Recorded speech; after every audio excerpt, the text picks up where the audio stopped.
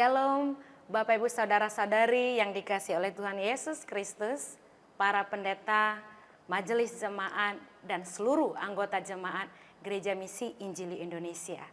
Hari ini kita akan membahas topik Apostolic Leadership atau kepemimpinan apostolik yang dengan narasumber Bapak Pendeta Dr. Diki Dirk Ngeliaratan TSD.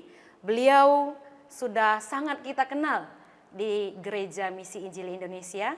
Beliau sekarang menggembalakan jemaat GMI Korintus Cibubur.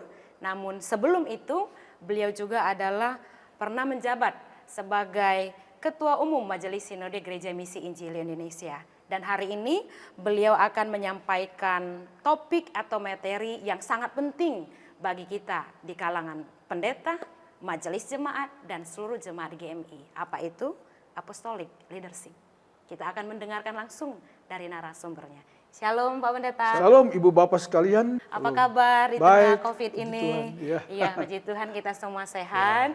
Dan saya bersyukur karena hari ini bisa bertemu dengan Bapak dan dengan topik yang sangat penting bagi kita. Baik saya sebagai pendeta dan juga majelis jemaat, juga jemaat GMI Indonesia, yaitu tentang apostolic leadership atau kepemimpinan apostolik. Dan itu juga nanti ada tentunya tidak bisa terpisahkan dengan apostolik sinodal yang nantinya materinya akan dipaparkan oleh Bapak dan kita akan simak bersama-sama dari narasumber. Salam Ibu Bapak sekalian, saya berterima kasih kalau saya diundang memang khusus untuk membicarakan hal ini. Ya, kita harus tahu bahwa yang disebut leadership itu adalah orang yang menggerakkan orang lain menuju kepada rencana yang ditujukan dari seorang pemimpin. Nah, tapi yang kita bicarakan sekarang ini sesuatu yang aneh.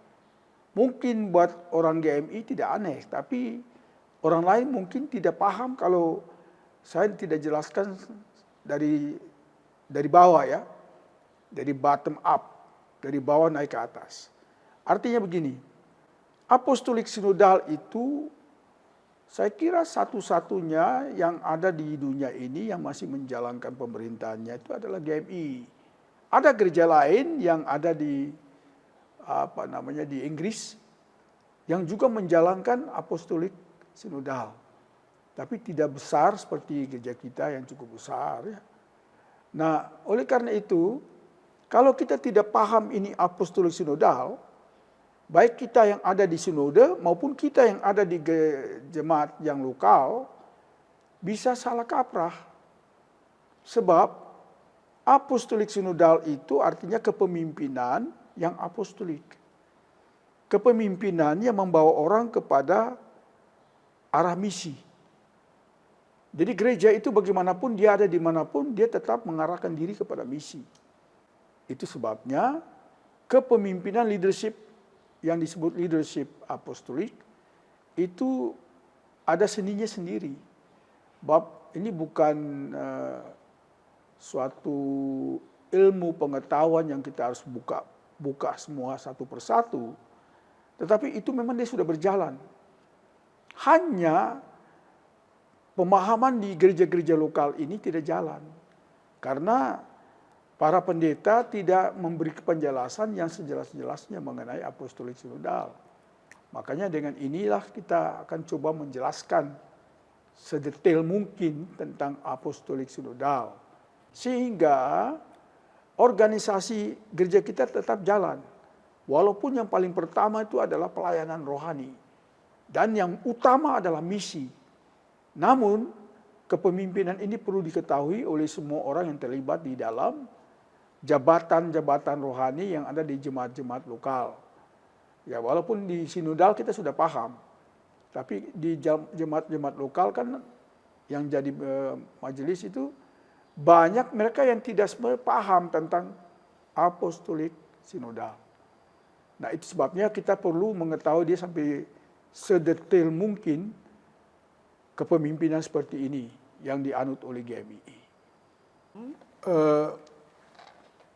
Mungkin Anda baru dengar ya istilah apostolic leadership. Dari banyak gereja atau banyak instansi keagamaan atau misi, jarang kita dengar ada suatu sistem kepemimpinan yang sifatnya apostolic leadership. Jadi secara umum leadership itu merupakan suatu tindakan untuk mempengaruhi orang-orang. Jadi bagaimana menggerakkan orang itu dengan satu upaya leadership membawa kepada tujuan yang dikehendaki oleh si pemimpin ini. Nah, mempengaruhi orang-orang untuk melakukan apa yang dikehendaki si pemimpin. Itulah sebenarnya apostolic leadership. Nah, kata apostolik itu berasal dari bahasa Yunani, yaitu apostolos, yang bisa diterjemahkan utusan, delegasi, mendataris, dan duta. Jadi para rasul sebagai utusan Kristus telah melakukan kepemimpinan apostolik. Nah, itu bisa saudara baca dalam Kisah Para Rasul pasal 2 ayat 42 yang mengatakan bahwa mereka bertekun dalam pengajaran rasul-rasul dan di dalam persekutuan. Jadi mereka itu bertekun di dalam pengajaran para rasul dan juga mereka itu saling akrab dan saling mendekati di dalam persekutuan. Nah, ibu bapak yang dikasihi Tuhan Yesus Kristus, kepemimpinan apostolik adalah memimpin, mengajar, dan mempersekutukan jemaat untuk menjadi satu. Jadi itu yang paling utama ya, untuk menjadi satu. Nah, berarti di dalamnya ini ada upaya koinonia. Saudara mungkin semua tahu tuh apa itu koinonia. Upaya persekutuan, ada upaya keesaan. Ini bahasa yang sudah umum di Indonesia sekarang, masalah keesaan. Dan ada pengajaran, di dalamnya ada dikake dan ada juga dokeo. Pengajaran tentang doktrin dan pengajaran tentang etika kehidupan. Ya. Nah, saudara, kepemimpinan apostolik melaksanakan pelayanan, pengembalaan, pengajaran, dan penginjilan, dan jangan lupa misi. Ya, jadi ada pelayanan, ada ministry, dan ada pengembalaan, ada pengajaran, ada penginjilan, dan ada misi. Nah, ini lengkap di dalam leadership apostolik leadership atau leadership kepemimpinan apostolik. Nah, saudara, itu sebabnya kami dari GMI sejak gereja ini lahir, ini sudah ada. Tetapi baru tahun 2010 lebih dipersempit. Ya, dibuat lebih persempit, artinya dia lebih kelihatan lagi di dalam jemaat. Tadinya itu hanya kelihatan di pucuk pimpinan sinodal. Sedangkan aplikasi di dalam jemaat itu tidak nampak. Kembali kita melihat dulu kenapa apostolik ini perlu dijelaskan secara biblika. Nah, jadi karena itu inilah kepemimpinan yang injili yang penuh dengan kuasa roh atau kuasa rohani dan sangat tegas. Mari kita lihat dulu yang pertama, tinjauan teologis filosofis dari apostolik, kepemimpinan apostolik atau apostolic leadership. Nah, leadership style yang dimiliki Tuhan Yesus itu adalah kepemimpinan apostolik di mana ia mengajar murid-muridnya doktrin kerajaan Allah. Dan etika kerajaan Allah untuk kelak menjadi utusannya, apostolos. Perjanjian baru berbicara juga tentang kepemimpinan Tuhan Yesus, yaitu kepemimpinan rasuli sebagai utusan dan sebagai pemimpin inkarnasi. Ini mungkin saya tambah satu istilah inkarnasi lagi, tapi itu inkarnasi sebenarnya berdasarkan kehidupan teladan Yesus Kristus. Itulah yang dimaksudkan dengan inkarnasi. Jadi Yesus menegaskan kepada murid-murid bahwa kepemimpinannya adalah kepemimpinan apostolik.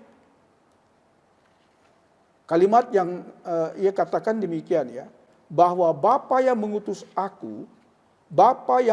aku dialah yang bersaksi tentang aku.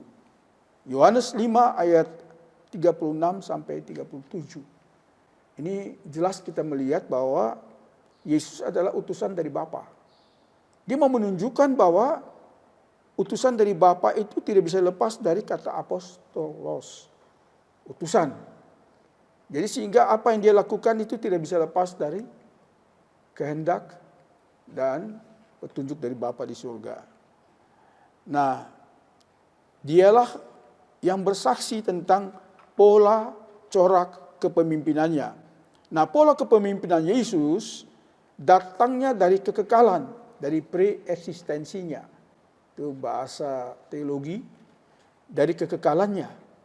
Jadi bukan ketika dia ada di bumi ini baru itu muncul. Sebenarnya sudah ada. Dari kekekalan dia sudah datang dengan pre-eksistensinya, yaitu kepemimpinan apostolik. Nah, kepemimpinan Yesus bertendensi kepada penebusan atau disebut bahasa Inggrisnya atonement dan keselamatan, salvation, dan pengorbanan, sacrifices. Yesus menegaskan ulang dalam Yohanes 6:57, sama seperti Bapa yang hidup mengutus aku dan aku hidup oleh Bapa. Jadi kepemimpinan Yesus yang apostolik adalah melaksanakan misi Bapanya. Ya. Melaksanakan misi Bapanya, melakukan kehendak Bapa di dalam menebus, menyelamatkan, mengembalakan umat Tuhan, menuntun dan memimpin mereka kepada kebenaran. Memimpin dengan mempengaruhi mereka agar terlihat atau terlibat, bukan terlihat tapi terlibat di dalam melakukan missio Dei. Itu menjadikan semua bangsa dan suku bangsa menjadi murid umat Tuhan dalam konteks gereja dan misi. Itu kira-kira dasar biblikanya yang kita lihat di dalam kepemimpinan apostolik. Dan mungkin kita perlu juga mendengar sejarahnya tentang, baik itu tadi kita sudah mendengarkan tentang apostolic leadership, dan kemudian berikutnya juga berhubungan juga dengan apostolik sinodal. Iya. Ya, kita akan mendengarkan dari beliau akan menjelaskan tentang bagaimana apostolik leadership dan kemudian apostolik sinodal itu.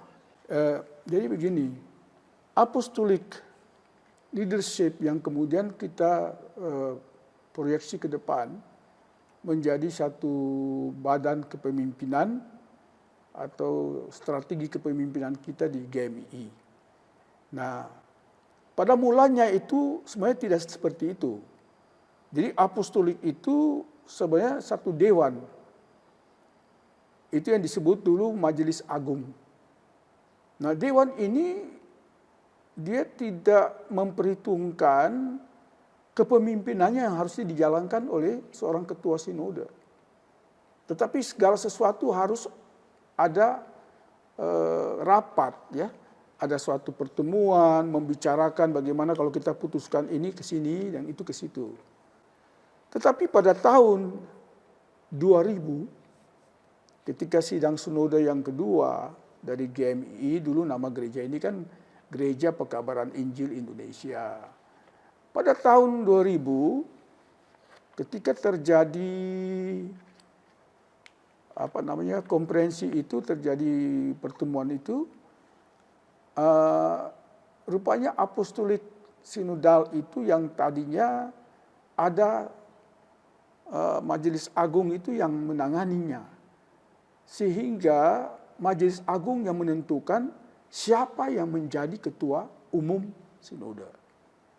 Nah, pada tahun 2000 itulah terjadi suatu perdebatan dan kemudian lebih dari 90% dari peserta persidangan itu menghendaki supaya Majelis Agung itu tidak lagi mempunyai peranan terlalu eksekutif, tapi sifatnya partnership atau sifatnya satu pertemuan yang dimana dia hanya menjadi penasehat.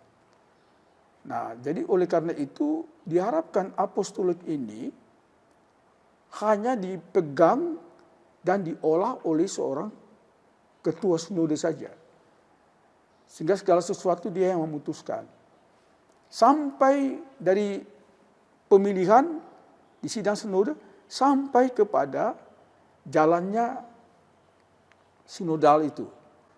Nah, jadi kenapa dia pakai apostolik sinodal? Karena apostolik itu yang tadi saya sudah jelaskan, pengaruh kepemimpinannya itu. Ya, cuma hanya pengaruh rohani, tidak ada pengaruh lain. Baru sesudah itu dibentuklah sinodalnya. Nah, sinodal ini juga yang angkat sebenarnya ketua umum. Sebab dia lah apostoliknya. Ya, dia yang punya kebesaran untuk mengangkat pengurus sinode. Jadi itu bukan dipilih oleh jemaat atau dipilih oleh yang hadir dalam persidangan itu. Tapi dipilih oleh ketua umum. Jadi kita pilih dulu ketua umum, nanti ketua umum ini dikasih kesempatan ya paling 3 minggu lah paling lama untuk menyusun pengurus sinodenya. Nah, disitulah kita lihat bahwa dalam sejarah itu tahun 2000 baru mulai. Tapi itu pun dari tahun 2000 ke tahun 2010 itu jadi masalah juga. Tiap kita bersidang memang ada unsur-unsur yang sepertinya mau ambil hak kepemimpinan dari si ketua umum ini. Seolah-olah ketua umum tidak bisa bertindak sendiri tanpa ada persetujuan dari kelompok yang sudah disiapkan. Nah, karena kelompok itu tertulis di dalam TDTRT kita, maka kelompok itu selalu ada terus, karena dia tertulis. Dia punya hak juga untuk punya hak veto juga untuk rubah sesuatu gitu. Nah, jadi disitulah kita lihat letaknya bahwa kita sudah dapat apa yang kita mau kepemimpinan seperti itu ya. Tetapi dengan jalannya waktu, kepemimpinan itu tidak punya perangkat yang kuat. Makanya perangkat yang kuat itu sebenarnya dimulai tahun 2010. Baru perangkat yang kuat tentang apostolik itu mulai bertumbuh dan berkembang. Bertumbuh dan berkembang sampai tahun 2015. Kita harapkan dia terus bertumbuh dan bertumbuh sampai dia menjadi biasa. Nah, itulah sejarahnya sebenarnya terjadinya memang kita hapus yang namanya itu Majelis Am yang tadinya kan dari majelis majelis, kalau saya sih masih sebut itu Majelis Apostolik. Ya, dari situ terjadilah Majelis Am. Jadi dia tidak mempunyai lagi power untuk veto. Ketua sinode itu di veto sama dia. Tidak bisa lagi. Dia hanya bisa kasih nasihat rohani, ya, mengarahkan kepada visi misi gereja ini yang sudah ada. Nah, itu kira-kira dimulainya apostolik sinodal itu dengan cara seperti itu. Berarti penerapannya itu dimulai pada tahun 2010 Pak ya? 2010. Yang sebenarnya prinsipnya itu sebenarnya sudah ada sebelumnya. Sudah ada sebelumnya. Tapi betul. itu belum terlaksana dengan sistem pada waktu itu. Ya, Tetapi setelah tahun 2010, maka di sini mulai berkembang dan seterusnya. Sampai itu biasa dan itu kita terapkan benar-benar di Gereja Misi Injili Indonesia. Betul. Ya, terima kasih Pak. Berikutnya kita juga akan mendengarkan dari beliau. Kenapa ini, bagaimana penerapannya apostolik leadership ini di kepemimpinan jemaat lokal? Ya, jadi begini, setiap pendeta GMI ketika mereka ditempatkan atau kita lebih tepat menyebut mereka diutus masuk ke dalam jemaat lokal, jemaat yang lokal itu satu daerah, itu mereka diberi 2 tugas. Tugas yang pertama itu mereka diutus dengan diberi tugas sebagai ketua majelis. Ya, secara secara struktur mereka itu ketua majelis. Kemudian secara fungsional mereka itu adalah juga gembala. Jadi selain mereka itu punya tugas struktural, tapi mereka juga secara fungsional gembala. Jadi sehingga mereka harus betul-betul mendalami organisasi, mendalami administrasi, dan yang paling utama kan itu adalah masalah kerohanian. Ini harus mereka jalankan. Nah, memang di sini letaknya bahwa kadang-kadang itu sudah diperbaiki. Kadang-kadang itu ada pendeta yang dia tulis ketika ada surat keluar dari jemaat setempat, harusnya ditulis itu ketua, baru tanda tangan. Tapi kadang-kadang banyak pendeta yang tulis gembala, tanda tangan. Gembala tidak bisa buat keputusan di atas kertas. Tapi keputusan dia adalah sebagai manusia rohani yang mengatur, memprediksi gereja ini bagaimana dia bertumbuh, dan bagaimana gereja ini makin besar, dan dia melakukan perjalanan pelayanan, penggembalaan, dan misi. 2 pelayanan ini ada dalam GMI, dan itu harus memang terjadi di GMI ya, sampai hari ini. Nah itu kira-kira yang kita bisa melihat dari masalah misi ini. Misi yang nyatu dengan pendeta atau ya mereka yang diutus masuk ke jemaat-jemaat lokal. Itu kira-kira ya kalau kita lihat. Ya baik Bapak, terima kasih untuk itu dan